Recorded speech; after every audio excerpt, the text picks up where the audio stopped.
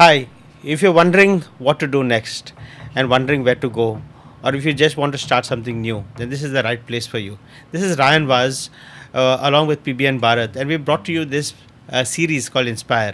Inspire is a series where we get in experienced entrepreneurs who can come and share their experiences with you to can help you learn from that. Today we have a person who has over 37 years of experience building homes and communities in Goa. He is the visionary behind a brand known for some of Goa's finest residential developments. They chose quality over quantity by focusing on one major project at a time. He believes in affordable, well designed homes that should deliver true value for money. And they have built lasting relationships with architects, customers, and stakeholders through trust and timely delivery. I'm honored to welcome someone who has proved that it success isn't about building the most projects, but about building them the right way. Someone who has earned trust by delivering quality homes and lasting relationships for over 3 decades. The founder of Milroc, Mr. KulaSekhar Kantipudi. Sir, welcome to the show. Thank you, Ryan, for inviting me for this chat. A small correction.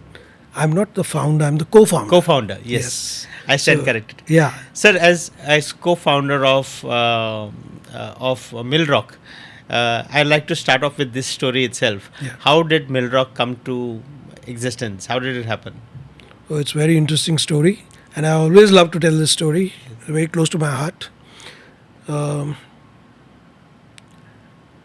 Back in the 80s, I was doing my mechanical engineering at Goa Polytechnic, Government Okay. Polytechnic at Altino, and I was doing my mechanical engineering then.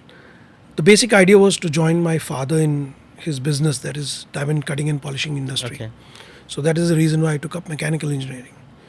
But as fate would have it, my dad was building our own home in Donapala, Okay. and which was he was very passionate about building his own home, and I was involved in a small way. So my dad completed that house in 6 months, Okay. a 4-bedroom house in 6 months, which kind of baffled even the seasoned developers, Right. saying, "How could you do it?" It's amazing that my dad did this while running his diamond factory full day time. So it was his skill of management and planning that he could manage parallelly to build a home and run his factory from morning. And this was which time, which year? This is in the year 1985. 85. 85. No mobiles. No, SMS, nothing, no WhatsApp, nothing. no It's internet. just that's what. No, Yeah, I just wanted to get that across. That in absolutely. spite of You're all right. this, You're absolutely right, Ryan. I mean, imagine in those days, Right. that much convenience, this kind of technology was not there. Right. But I mean, that proves that if you have passion and if you have the will, you can do quite a lot of stuff. So that time, our contractor was Mr. Durga Prasad, Okay. and during this time, I also became friends with Mr. Prasad, and in the year 1988, I completed my engineering, and at that time, I was not really sure whether to, though I had planned to join my father, I was not sure what to do. So my dad realized that I was unsure of joining him. So he asked me, "What would you like to do?" And somebody suggested to him that since he built his own home, plus we built our cousin's home also in the same colony, Okay. again in a short span of 7 to 8 months. So they suggested, "Why don't you all start a construction company, real estate firm?" And so my dad asked me, "Would you like to venture into this?" I mean, I was young, I didn't know anything. I said, "Sure, why not, on our own something." So that's when my dad put us together, that is myself and Durga Prasad. And we needed money, so we didn't have any money. So my dad's colleague, Mr. Javeri, Hmm. with whom the diamond factory was running. This is the Javeri of the diamonds. Yeah, Javeri the diamonds. diamond people from Bombay. Wow. They were very close family friends. They knew me Okay. from childhood. So, a wonderful gentleman. So he agreed. He said, definitely, I also would like to be part of it. So he became our finance nice. partner. Yeah. Okay. So this is how the what do you say, idea of starting off a construction company came. Okay. Now the question came about naming the company. So my dad's factory was in Kurlim, in industrial estate, and Mr. Zaveri and my dad were sitting and working out what are the names. Actually, initially the name they were working out was for a jewelry company. Okay. So diamonds are known as rocks, in slang. Right. The Europeans in slang they call rocks. Rocks. So while working on this particular name for the jewelry company, they said, why not call it as Millions of Rocks? So they shortened that as Milroc. Milroc. Oh, nice. And the coincidence was so fantastic that when you read MILROC backwards, CORLIM, Oh, happened wow. to be the And that was pure coincidence. pure coincidence. Wow. So we said, this is, destiny telling you this is the name. This is the name. So that's how the christening happened of the name. So thanks to my dad and Mr. Javeri that the name was christened. So you mentioned about Javeri and your dad having a diamond, but to the best of my knowledge, there is no such diamond cutting company here in Goa. Yeah. Can you tell us that story? No, What is that all about? Yeah, that's yes, the story is this, that my dad used to have his own diamond factory in Gujarat, that is in Surat. He started off as the small cottage industry. Then we moved to Navsari in Gujarat. From there he moved the factory to Hyderabad. During that time, Zaveris wanted to put a very modern factory with technology brought from Europe, Right.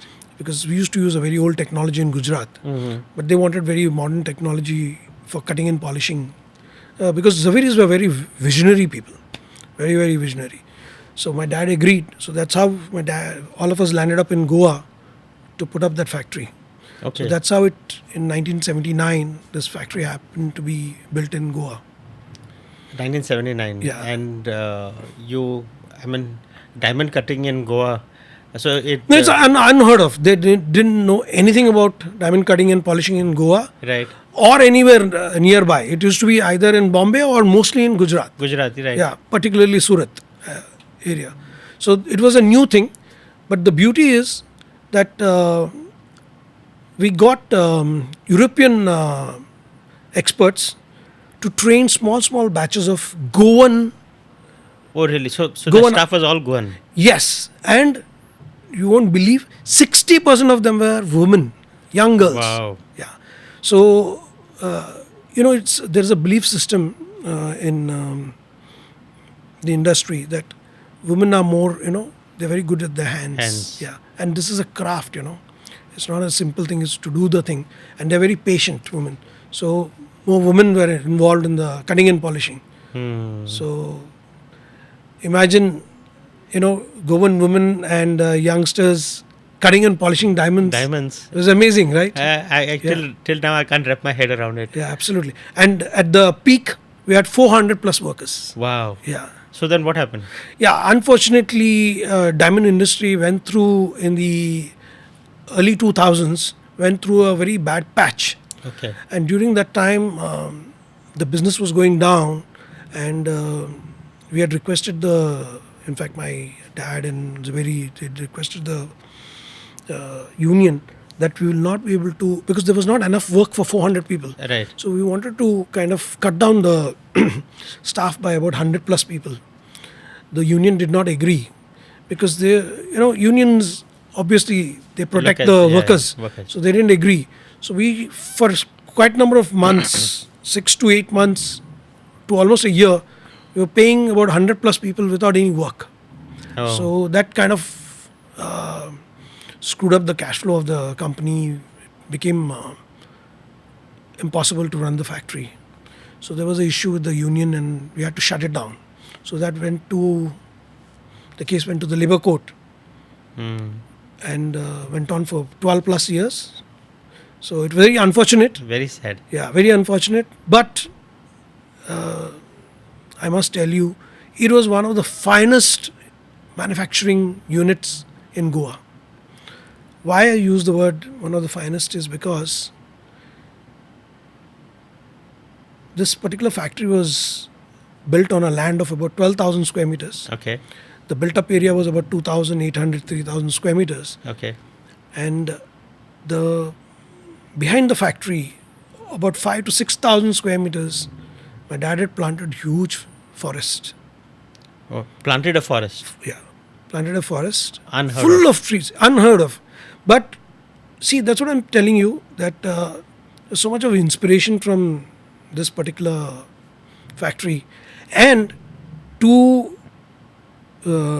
make it better, they got baby deers and rabbits, Really? and they were living in that Wow. particular forest, and they were actually grew there, and multiplied. So whenever any senior people from the government, ministers, even governors would visit the factory, they would visit because what happens is, as I told you, nobody knew what was a diamond cutting and polishing unit about. So it was a fascinating thing for these people. They would come to visit, and once they visit there, they would come and see at the back this particular beautiful greenery, this lovely forest with deers and all. I mean, they would get excited, and they would compliment, Amazing. and such a good atmosphere. That's so amazing and so inspiring. Absolutely right. I mean, today with land being such a what do you call that? Shortage, right? A shortage, yeah. Something like this is absolutely unheard of. Absolutely right. Sir, coming to Milroc, I know that you started off with tiny bungalows, Yes. or rather individual bungalows, not Yes. tiny, individual bungalows, quite a few, and then you started with your first large project. And I remember, on that Ribandar Road when we were passing, the name Milroc standing out. Yes. And I think that established you all. Could you tell us the story of...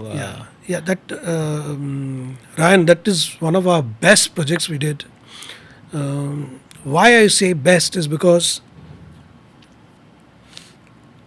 as I told you, our one of our goals was to build affordable housings, Right. and affordable doesn't mean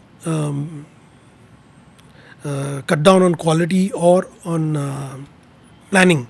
So here, everything worked out fantastic because we managed to do affordable housing at good, design. In fact, extremely good design and extremely well planned overall project. And we managed to sell 360 plus flats in those days, which was one of the largest projects. In the 90s, I'm talking about. I mean, it's a matter of pride for all of us who are involved in this project. And I must give credit to Mr. Javeri, who introduced us to a great architect. Okay. His name was Dadaboy, Firdaus Dadaboy. Okay. Firdaus Dadaboy is a multi-talented architect who used to design complexes for Tatas for their steel plant in Jamshedpur, I see. for their staff. Okay. So he knew the value of every square inch Okay. and was an expert already planning good colonies, complexes. So he did this particular design, and without destroying the topography of the land, and we kept maximum number of old trees as they are. So the reason I'm saying is because we, especially me, learnt a lot from this particular Project. gentleman and the project about how to do a good project. I mean, good means different things to different people. For us, good means where families can live safely, comfortably, and what do you say, have a matter of pride. Even today, after 35 plus years, if I go there, they still appreciate their own project and they ask me, "Sir, how does this look now?" I said, "Looking fantastic," because they're maintaining the place very well. Oh, nice. Yes, there are certain shortcomings, like there were no lift. Those days there were no lift because, in the 90s, everybody wanted a home in few lakhs. They Right. couldn't spend too much money. Right. And so, except these few shortages, even today, they're happy. And there's still a great demand for people asking to buy second homes there. Nice. So, which is a fantastic thing. So, that really put us, brought us in the limelight. No, I can see the kind of pride and passion that you have, and I think the legacy that your father left for you was continued over here also, because I also understood there is a responsibility for nature and for the trees and all that. Yeah. Good point. What has been your underlying philosophy for the construction company as such, in all the work that you do? Because today we see construction companies are purely looking, and I'm not generalizing it, but a lot of construction companies are purely looking at value per square feet or value per square meter basis. What has been your underlying philosophy? Good question, Ryan. See, the thing is, Ryan, when we started off the company itself, there were a few things that were very clear. One is the affordability, one was the quality, and timely possession of the apartments, because these were the need in the market. We could see that people were struggling to get homes on time. Even if they got it, they were not well designed, or quality was not so good. So we tried to resolve these problems through our thing. So for me personally, it was like doing, contributing to society through my business.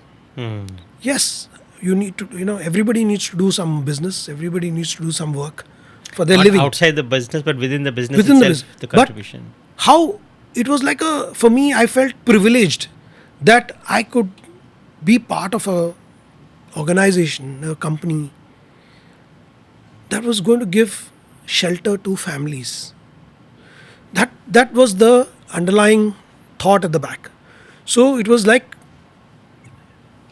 because I don't know from where does it come. Maybe probably from my parents. I was And, in fact going to yeah, ask you. that to do your work, but at the same time contribute to the society some good. So this was a perfect thing for me. I mean, it was God sent, and keeping this at the back of my mind, every time I would try and like, I'll give you a simple example. As I told you, I learnt on the go. I'm a Right. mechanical engineer. So when we were doing this project, Ribanda Retreat, I would get feedback from my home buyers, Right. because we did it in phases, 1, 2, 3 phases. So first phase, I was getting feedback saying, Mr. Shekhar, you've done the nice home for us, but we are having this problem in our bathrooms. I said, what is the thing? There's no, when you have a nice hot bath, it doesn't ventilate well. So I said, what is that you're suggesting? He says, no, when we were staying in Bombay, they would provide us a nice exhaust fans. So that ventilator was not enough, exhaust fan. So immediately we implemented that in the... Because at that time the concept of exhaust fan wasn't not there. there. That's what I'm saying. Immediately we implemented that in the next phase. So, Now everybody has an exhaust fan. That time yeah, it wasn't there. now it is like, it goes without saying. It's taken for granted Right. that you need an exhaust fan in kitchen and in the Right. bathrooms. So, as I told you, I always kept an open mind, ready to learn, because everybody teaches you something, whether it is my site engineer, whether it's my architect, whether it's my customer, or even to a normal laborer also. Mr. Shekhar, I've seen you in a number of roles. and in a number of places either. Yeah. Many of the functions that I attend, you've been there. Yeah. Whether it is CII, GCCI, and a lot of other functions also. You love to be there. I also seen that you are a very well-known face in educational institutions. You go and visit there. Now, is this a way of marketing or is this a way of networking? And I also remember, just to add to this, I also remember that many years back, I think 8 or 9 years back, we had discussed about your bike club. Yeah. So, all these activities that you're doing outside your core work, is that just for relaxation or is it part of networking or is just who you are? Ryan, one answer to that is, which comes to my mind right now, is I'm a people person. Nice. I'm a people person. I've been always like that. I like to be amongst friends, and I like to make new friends, and I like to connect with like-minded people. Right. So it's my nature. It gives me, I don't know whether the correct word is high, but it gets me excited. Nice. Yeah, and this has been happening from my school days. Okay. It's been happening from my school days. I would make damn good friendship with my teachers, with whom I would connect, and they are my friends even till today. I'm talking about my school teachers. Lovely. Yeah, and I interact, I learn from them, I help them if they need whenever it is. So that has been carried out through my college days, through my work life. So, I mean, that's me. That's it. So it's kind of embedded into your personality. So now, if you talk even about biking club, my motorcycle club, I've always enjoyed riding a bike from my younger days, from my college days. And with friends, we would go around, roaming around into the villages of Goa, even during college days. Right. Yeah. So it's particularly the riding is a great relaxation for me. Okay. It's a great relaxation for me. So I've never stopped that. I've continued it. Even today, I go with my friends. I may not be able to do as much as what I used to do in younger days, but I do try whenever possible. I go because that's one place. There are no egos. There are no hierarchies. Nobody is a CEO. Nobody is a worker. Nobody is, we are all at the same platform. We are all bikers. We enjoy, Right. have a good laugh, have a nice ride, and we are back home. So it keeps me alive. So it's a weekend or It's a a Sun- weekend, yeah. It's generally it's a weekend. Yeah. And you do this every month? No, not whenever possible. If not with the group, I do myself. Okay. Another thing I enjoy is I like to take pictures. Okay. So sometimes I go to deep into villages or anywhere, and if I find something interesting, I start just clicking photographs, and I start posting. So, sir, from what I'm understanding so far, it's all about your passion. Yeah. You've always lived life with passion, enjoyed what you're doing, and in everything that you're doing, whether it is work or play, you've brought in an element of yourself. There's a new breed of entrepreneurs who are coming out now, and a lot of them are still finding themselves. They do not know what to focus. What would be your advice to youngsters who are entering into entrepreneurship and specifically in the field of construction? This is a tough question, yeah. Why I'm saying tough is because sometimes, Ryan, I'm asked this question many a times. I find it tough because I have become who I have become through my experiences, through meeting different people, and I formed my own value system in this. Right. I don't know whether what I mean is I'm noticing that particular belief systems that I have, they are on the downward trend. So I get a little worried whether should I advise the youngsters. I still do advise, but I always tell them with a caveat that boss, this is not a formula for you to Copy. no, not copy, to success or something, but Okay. success in the definition of the world. Yes, to me this is success, because I have learned one thing, that success is not always measured in monetary terms. Right. We all need that's one part we need for our sustenance. But if you consider everything to be that, is very sad. Right. Yeah. Two things that I don't very much believe in. One is the power, that is, holding power in today's social sense, and running after money. These two things have never been my part of me. I've, during my 30 years running my company Milroc, I never ran after this, but I enjoyed my time doing the projects, interacting with customers, with my architects, my engineers, anybody, even my suppliers. I have fantastic relationships even till today, because I believe that is the meaning of life. Right. That is what That is success for you. that exactly, that is success for me. So I get sometimes worried. Now, should I tell this? This is the advice that I should give to the youngsters, because they are under heavy pressure. Right. I feel very, very bad for the new generation, because job opportunities are tough. Right. Even entrepreneurship is not that simple, because the fact that you're asking me the question itself, because they need guidance. They need guidance. They need guidance. They need guidance, because there's so much of social bombardment, Absolutely. so much of marketing happening, about not just about products, ideas, marketing of ideas. Now, what will they absorb?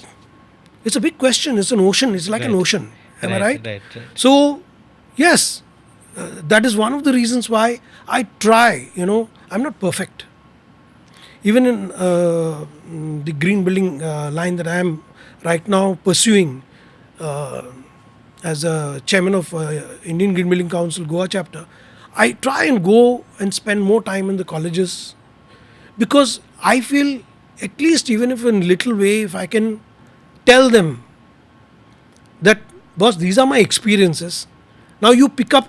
So can I say that you are available for mentorship for someone who needs your help? Absolutely right. And with that note, I think we're going to be ending this very insightful interview with Mr. KulaSekhar Kantipudi.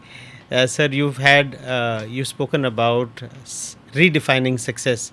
You've spoken about dedication and passion, and you've also spoken about how everything for you means about being good or doing good. With this, we leave this podcast, and I hope this podcast inspires as many people as it has inspired me. Thank you very much, sir. Thank you, Ryan. I will end it with one last comment. Yes.